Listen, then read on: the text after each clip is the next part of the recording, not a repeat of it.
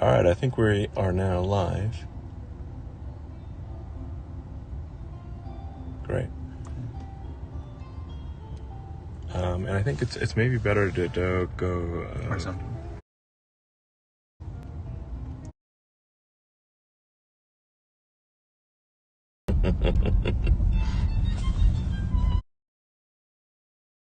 About sort of pure AI driving is it actually doesn't...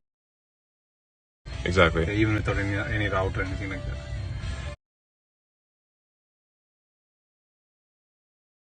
Well, let's see. Okay, so...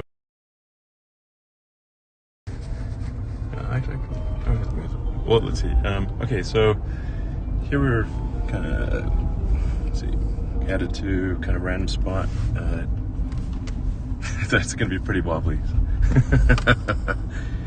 But it's really smooth sailing in the car itself. And here we're encountering some construction, and the car is just driving around the construction. So it has never seen this construction before. Well, it is near the headquarters, but this construction is relatively new.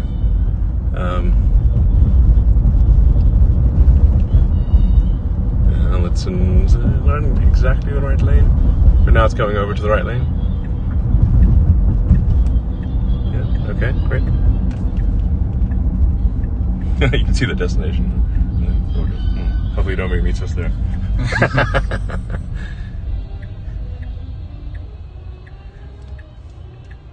Let's see, is this working? Is this live stream working? Hello? I can check on my phone.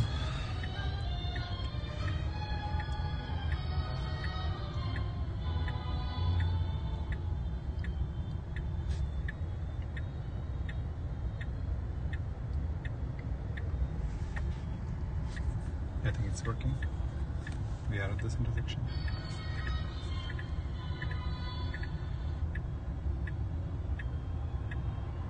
I mean, obviously it's a little boring because we're at a red light. And there's a lot of traffic at this time. So, I don't want to bore people to death here, but we're just sitting at a red light in Palo Alto.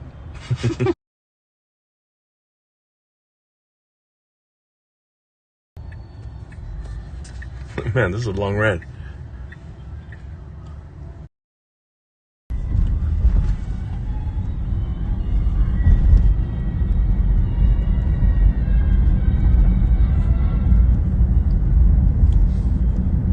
When we get to our destination, we'll change the pin and it's like drop it somewhere else random. Maybe we'll run into Zuckerberg and we can challenge him to a fight. That'd be fun.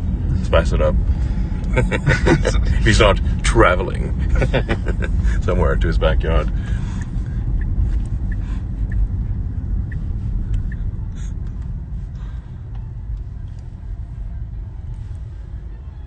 So here we are at a roundabout.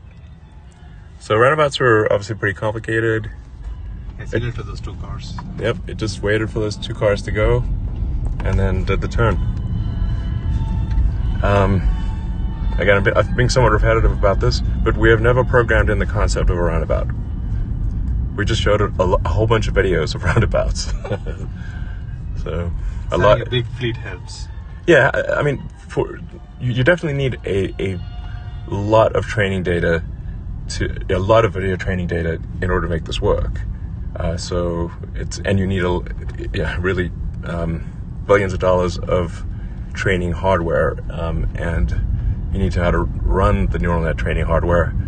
So it's not like easy, but the mind-blowing thing is that there's no heuristics. There's no like lines of code. Like there's a guy on a scooter. It doesn't know what a scooter is. It doesn't know what paddles are. It's literally just been given a lot of video. So, and it's doing all of this on hardware 3 with about 100 watts of inference compute. So it's not like, obviously, it's not some like massive data center. And if we were offline, there would be no difference. This is locally all the inference that's happening is local. It does not need an internet connection. And obviously that's necessary, because if you lost your cellular internet connection, the car needs to drive safely. But we could be somewhere where there is no internet connection, and it's never seen the roads before. It doesn't matter. Yeah, runs at 36 FPS. Oh yeah, we're running at the full frame rate, so it's taking 8 cameras at 36 frames per second.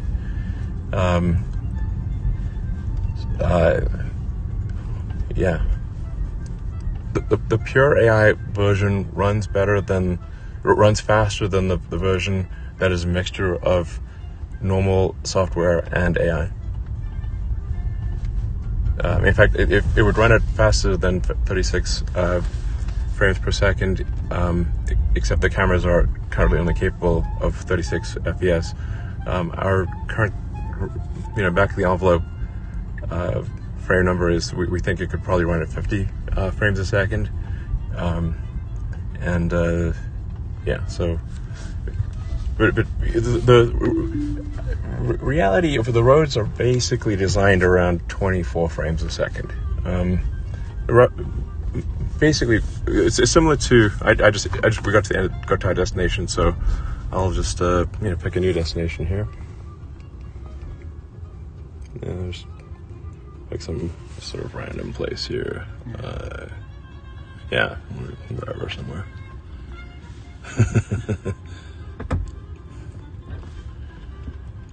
I'm like, hello, assassins, if you want to get me, now's your chance. You just need to be in Palo Alto. Like this, the assassin count is low in Palo Alto.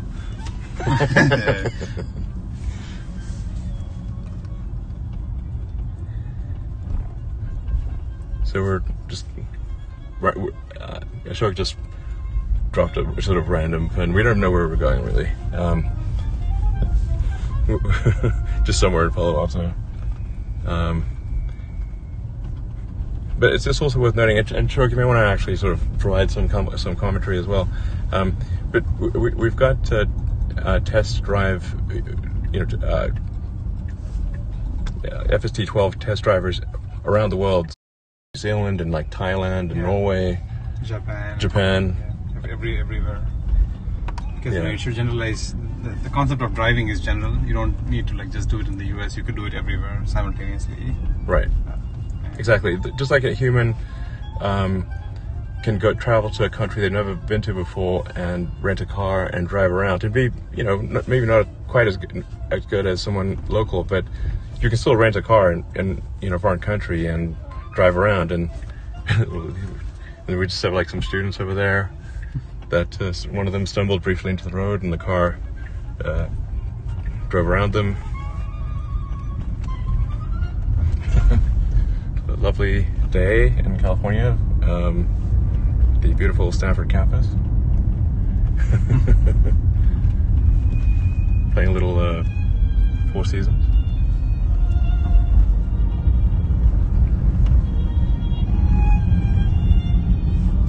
We'll change the... Pretty soon we'll add also instructions following, so you could say lane change to the leftmost lane, or pull over here or something like that, and the car should even respect those kinds of commands. Yeah, exactly. So so here we're at a roundabout. The car is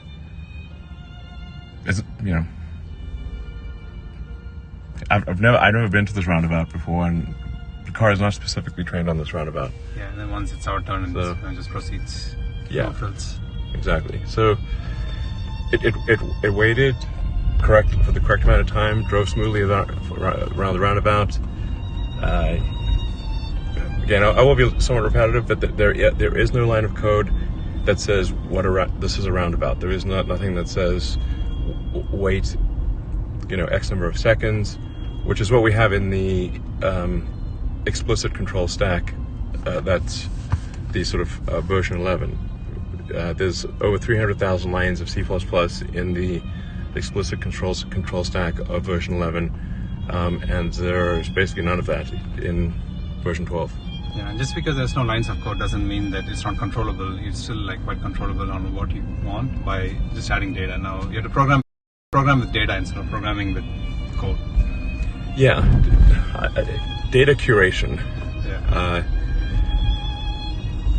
And then whenever we find that there's something, say if the card doesn't perform perfectly, we give it more examples of what it should do in that situation, and updates the weights, and then it works. Yeah, and also we have labelers cleaning and making sure that all the data that goes in is like the good driving data, not like the bad drivers from the world. There are bad drivers. Yeah, absolutely. It's very important. The quality of the data is very important. So large amounts of mediocre data do not improve driving. Yeah, it's quite the opposite actually. Yeah, it makes it worse. So that's why the data curation is actually quite difficult. And I should say there is quite a bit of software around what data, so selecting what data to train the system with. Yeah. So the software that runs in the car is minimal, but the software in the back end to train is like much larger and much more sophisticated. Yeah, exactly. So we do use like normal software for C++ basically for Python for deciding what data to select from the fleet. Yep. And then figuring out what is the high quality data versus the pretty good data. Yeah, and once we have a model, we also ship those models in shadow mode to the cars, and then every time it disagrees with what the user did, yeah, exactly, then you can get the data back, and then kind of that is more valuable than just collecting random data. Yeah, exactly. So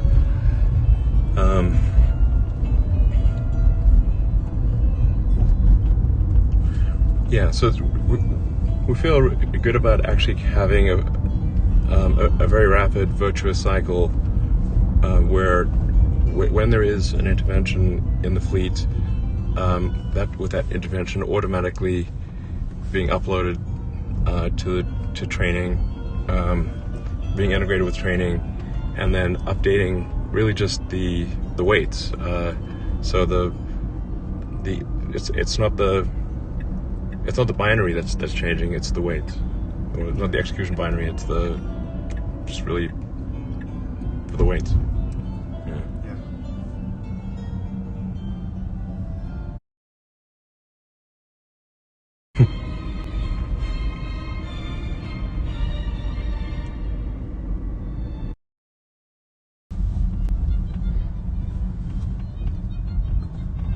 I mean, Zuckerberg did say name the date in bold letters or whatever on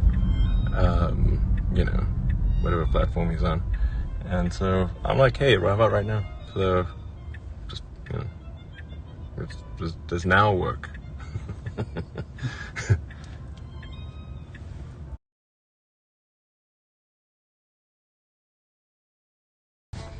Probably because security and stuff. Yeah. Anyway, but it's sort of still nice driving around Palo Alto. Can I head back to the office? Yeah, sure. Good.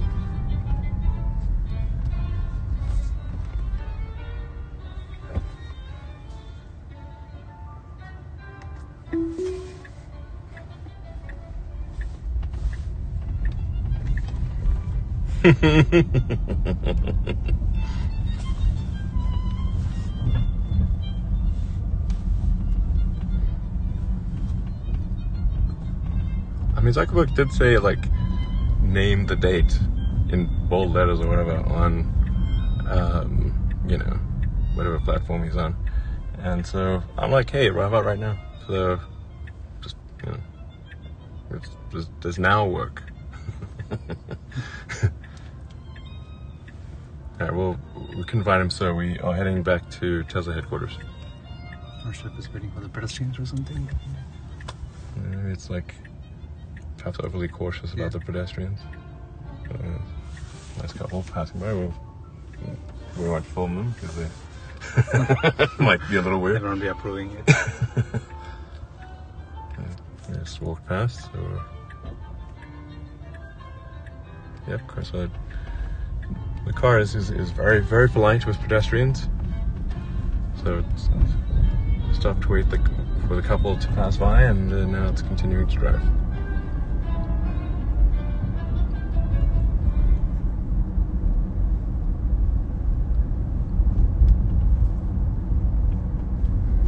So here we are in Palo Alto driving on pure AI.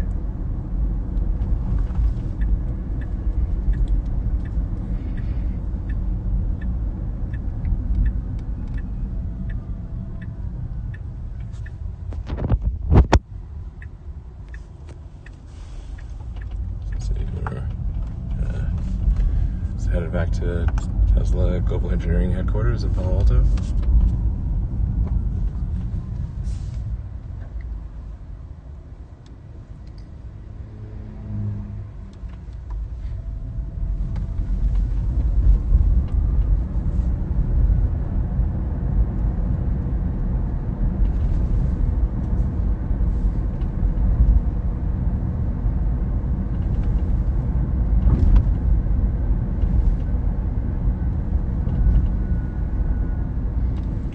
How does it react to low visibility conditions is one of the questions. Yeah, like at night and stuff, I suppose, or rain and snow. Yeah, I think it works as we would expect it to. It like slows down rain and then drives at lower speed. And for occluded intersections, it kind of like crawls forward and then checks, if there are vehicles coming. That's one of the areas that we're trying to improve.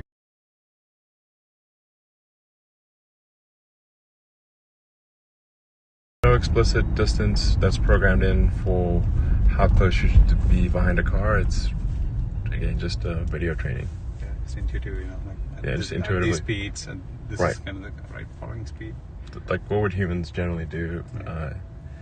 And it picks like a reasonable follow distance and does that. Yeah, the nice thing is, for bad weather conditions, for example, it will like automatically increase the speed. Yep. And if or decrease the speed of that. Increase the distance. Distance. Yeah.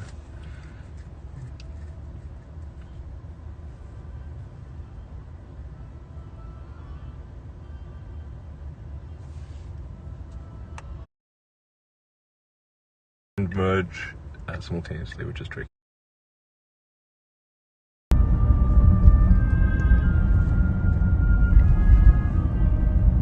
Now, one of the interesting things about pure AI driving is that it actually doesn't need a map at all. So we could delete the navigation system, simply give it a GPS point and say, get to this GPS point somehow. We're not going to tell you how. You could say, like, you see that building in the distance? Go there. And it would do that even with no, it would just, it might make some, get to go down a road that's a dead end and then have to reverse out. But it would basically be able to do what a human can do, where if you said, please go to, point at something and go there. So now it's going into the parking lot. There is no explicit map of the parking lot, so now it is just trying to get to a GPS point.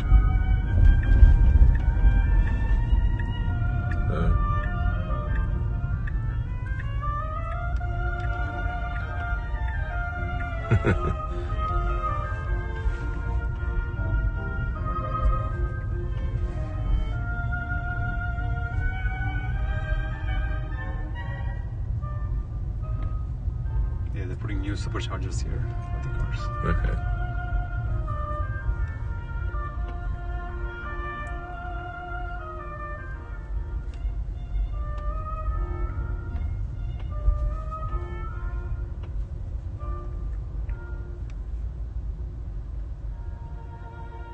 Here. Yeah, and so it got to the point, and that's it. Alright, so that was the FSD V12 beta drive. Super smooth. One intervention, which we'll fix with a bit more training data. Otherwise, really I would say, like, if this was a Uber driver, pretty much apart from that one intervention, 5 stars. Yep. So, alright, thanks everyone for tuning in.